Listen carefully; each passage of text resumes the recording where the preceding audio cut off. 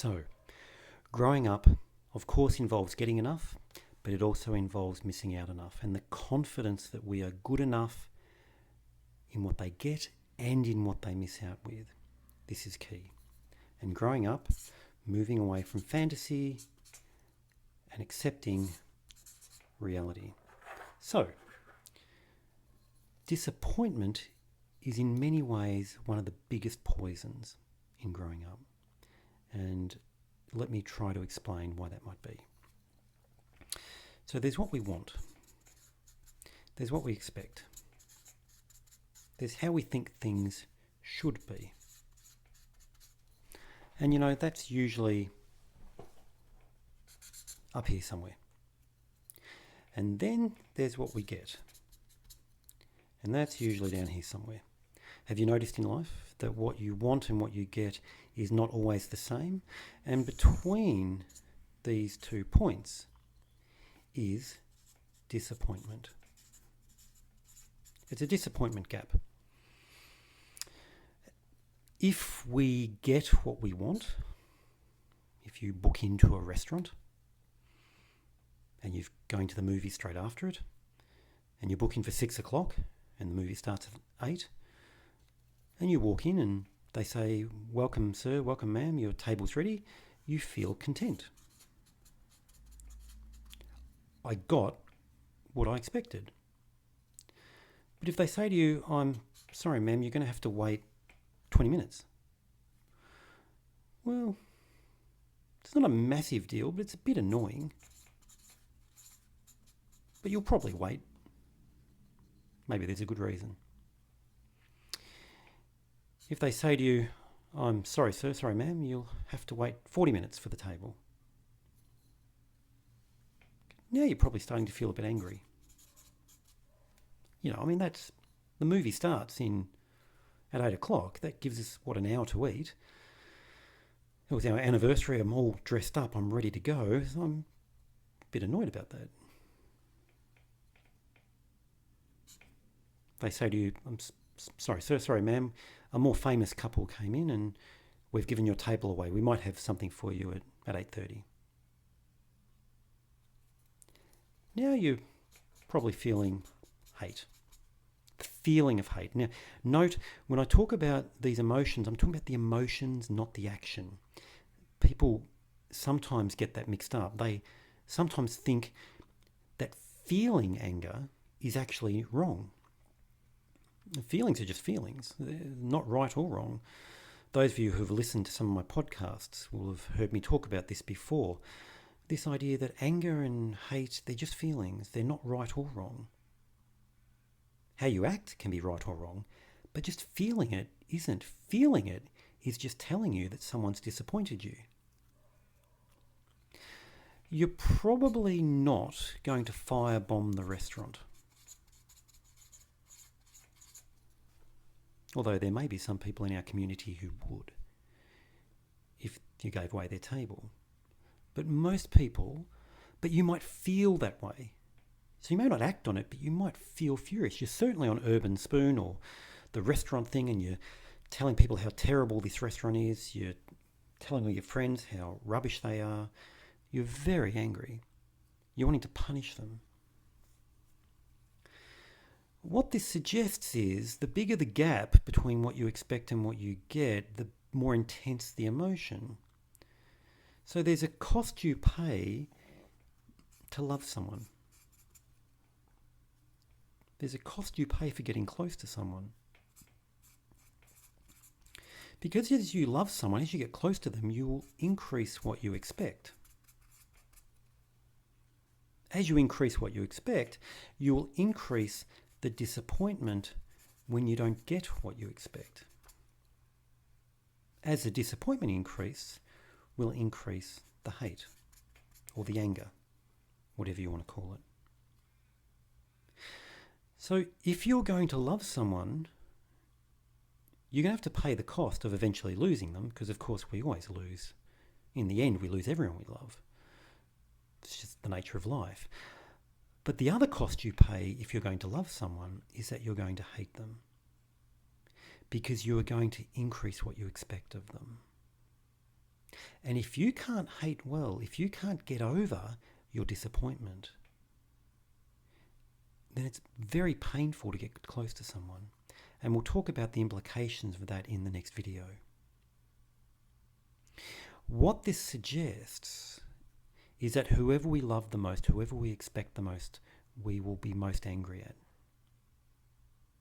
Who do we expect the most of? Who do we tend to hate the most? Who do our children hate the most? Who do they get the most angry at, the most furious when you don't do what they want? Many people, when I ask this, will say their mum. There is someone our children are more angry at than their mum. Probably at least double or triple the anger. And if you think about your own life, who do you get the most angry at? Who are you the most judgmental of? Who do you tear strips off the most? It's usually ourself. Almost universally, the people we're angriest at, the people we hate the most is ourselves. Things we forgive in others, we don't forgive in ourselves. But then, it's usually our mum that we're most angry at next. And then our dads are up there somewhere. And we tend to get angrier at family than at friends. There's no feud like a family feud. If you want to see real venom, if you want to see murderousness, have a will that goes bad. There's movies about this. In Australia, certainly, most murders are between people in relationships, people we expect things of.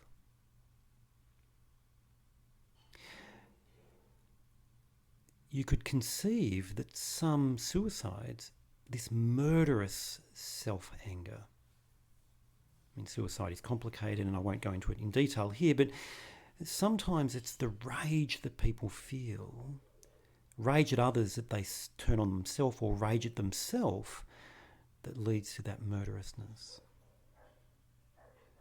And so, with this idea, when you experience from your child strong emotions of anger, disappointment, hate, there are two questions to ask when there's anger. The first question is, when you're angry or they're angry, the first question is, well, what did they get? Because it's possible, if your child is angry at you, that their expectations of you are reasonable. It's possible that you're a really bad parent. I mean, you might starve them, you might burn them with cigarettes, you might slap them, you might be sarcastic, you might take great pleasure in putting them down. It's awful, and probably anyone watching this video isn't probably not going to be this kind of parent, but I have worked with parents who are quite sadistic for various reasons. And of course, if what they're getting is the problem, then you act on it confidently. I expect, if your teenage child is working at a fast food restaurant, they're expecting to not be sexually harassed. If their supervisor comes up and sexually harasses them, well, they should feel angry because what they're getting is the problem and they should act on it. They should slap the person, or they should push them away. They should tell the supervisor, they should get them sacked. If what you're getting is the problem, you should act on your anger. But as a parent, if you're confident that you're good enough, that they're getting enough, and yet the child is very angry, then it isn't what they're getting that's the problem. It must be what they are